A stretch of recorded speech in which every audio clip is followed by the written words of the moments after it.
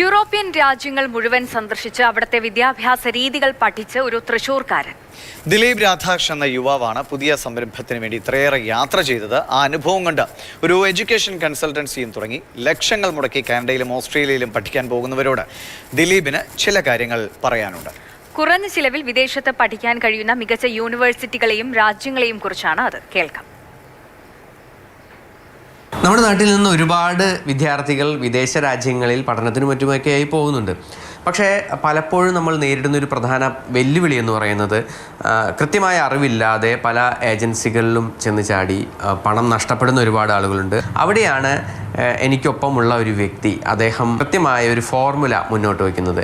അദ്ദേഹത്തിൻ്റെ പേര് ദിലീപ് രാധാകൃഷ്ണൻ എന്നാണ്.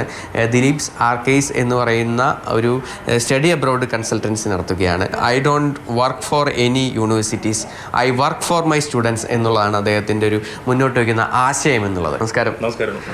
ഇപ്പോഴത്തെ ഒരു സിനാരിയോയിൽ നമ്മളുടെ കുട്ടികളൊക്കെ പുറത്തേക്ക് പോകാൻ പഠിക്കാനൊക്കെ ആയിട്ട് പോവാണ്. അവരോട് ആദ്യമായി മുന്നോട്ട് വയ്ക്കുന്ന ഒരു കാര്യം എന്താണ്? ബേസിക്കലി ട്രെൻഡ് ഫോളോ ചെയ്യരുത്. ഏറ്റവും പ്രധാനമായിട്ട് അതാണ്. എനിക്ക് തോന്നുന്ന കുട്ടികൾ പുറത്ത് പോകുമ്പോൾ മുന്നേ കാനഡയ്ക്ക് പോയിരുന്നപ്പോൾ റെഫറൻസ് എടുക്കുക എന്ന് പറയും. അപ്പോൾ ഒരു 20-25 വയസ്സായിട്ടുള്ള ഒരു കുട്ടിക്ക് അവർക്ക് അവിടെ ലിമിറ്റഡ് ആയിട്ടുള്ള കാര്യങ്ങളെ പറ്റിയിട്ടുള്ള നോളജേ ഉള്ളൂ. നമുക്ക് migration policies, diplomatic relations, shortage skill, GDP, എത്രയോ കാര്യങ്ങൾ അനലൈസ് ചെയ്യാണ്ട്. അപ്പോൾ പോയൊരു കുട്ടിയുടെ അടുത്ത് റെഫറൻസ് എടുക്കണു, അതിന് പിന്നാലെ നമ്മൾ പോകണു എന്നൊരു കാഴ്ചപ്പാട് ചെയ്യാൻ പാടില്ല. ശരിക്കും എന്താണ് ഇങ്ങനെ പോകുന്നവർ സ്വീകരിക്കേണ്ട സാമ്പത്തികമായ അച്ചടക്കം? നമ്മൾ ഒന്ന് ആലോചിച്ചാൽ മതി. ഒരു 4 മണിക്കൂർ ക്ലാസ്സും, ഒരു 4 മണിക്കൂർ പാർട്ട് ടൈം ജോലി, ഒരു 7 മണിക്കൂർ ഉറക്കം, ഒരു 3 മണിക്കൂർ ഈ നമ്മൾ ക്ലാസ്സിൽ പോയിട്ടുള്ള കാര്യങ്ങൾ പഠിക്കാനും, ഇത് കഴിഞ്ഞാൽ 10-20 മണിക്കൂർ കഴിഞ്ഞൊരു ദിവസത്തിൽ. അപ്പോൾ എങ്ങനെയാണ് ഇതിൻ്റെ ഉള്ളിൽ നമുക്ക് 4 മണിക്കൂർ ജോലി ചെയ്താൽ കിട്ടുന്ന ശമ്പളം എന്ന് പറയുന്നത് നമുക്ക് ജീവിക്കാനുള്ള ഒരു പൈസയാണ്.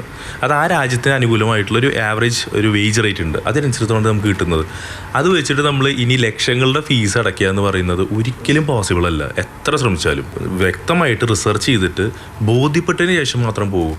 അപ്പോൾ ഓരോ രാജ്യത്തിൻ്റെ ഫോക്കസ് ഏരിയ എവിടെയാണ്, നമ്മൾ പഠിച്ചു കഴിഞ്ഞ കോഴ്സ് കഴിഞ്ഞിട്ട് ഏത് ഇൻഡസ്ട്രിയിൽ എൻ്റർ ചെയ്യണം, അത് എവിടെയാണ് ഏറ്റവും നന്നായിട്ടുള്ളത്, നമ്മളവിടെ പോകണം. ഇന്ത്യയേക്കാൾ കുറവ് ചിലവ് പഠിക്കാൻ കഴിയുന്ന വിദേശ രാജ്യങ്ങൾ യൂറോപ്പിൽ തന്നെ ഒരുപാടുണ്ട്. കുറച്ചൊന്നല്ല ഉള്ളത്. ഇത് പലപ്പോഴും ആൾക്കാർ വിളിക്കുമ്പോൾ നമ്മുടെ നാട്ടിൽ പഠിപ്പിക്കുക എന്നുള്ളതിൻ്റെ കോസ്റ്റ് നമ്മുടെ നാട്ടിലെ ആവറേജ് റാങ്കുള്ള യൂണിവേഴ്സിറ്റികൾ പോലും ചാർജ് ചെയ്യുന്നത് ഹ്യൂജ് ആണ്. ഈ നഴ്സിംഗ് പഠിച്ചവരെല്ലാം വിദേശത്തേക്ക് പോകുക എന്നുള്ളൊരു ട്രെൻഡും കൂടിയുണ്ട്. അപ്പോൾ അത് എത്രത്തോളം ഒരു ശാശ്വതമാണ് താങ്കളുടെ ഒരു അഭിപ്രായം? നഴ്സിംഗിന് പ്രത്യേകിച്ച് എല്ലായിടത്തും ജോലി സാധ്യത ഉള്ളതാണ്. ഇപ്പം ഞാൻ മനസ്സിലാക്കിയിടത്തോളം കാണുന്ന ഒരു പാറ്റേൺ എന്ന് പറയുന്നത് ആൾക്കാരെ വളരെയധികം ആസ്പയറിംഗ് ആണ്, വളരെയധികം ആഗ്രഹങ്ങളുണ്ട്.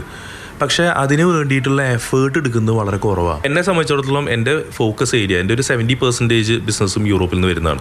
ഞാൻ അതിനർത്ഥം ഇപ്പോൾ ഓസ്ട്രേലിയയോ അല്ലെങ്കിൽ UK ഒക്കെ എതിരായിട്ടുള്ള വ്യക്തിയല്ല. പൈസ ഉള്ള കുട്ടികൾ അവിടെ പോട്ടെ. അപ്പോൾ എൻ്റെ മെയിൻ ഇൻകം സോഴ്സ് എന്ന് പറയുന്നത് കുട്ടികൾ എനിക്ക് തരുന്ന സർവീസ് ചാർജാണ്.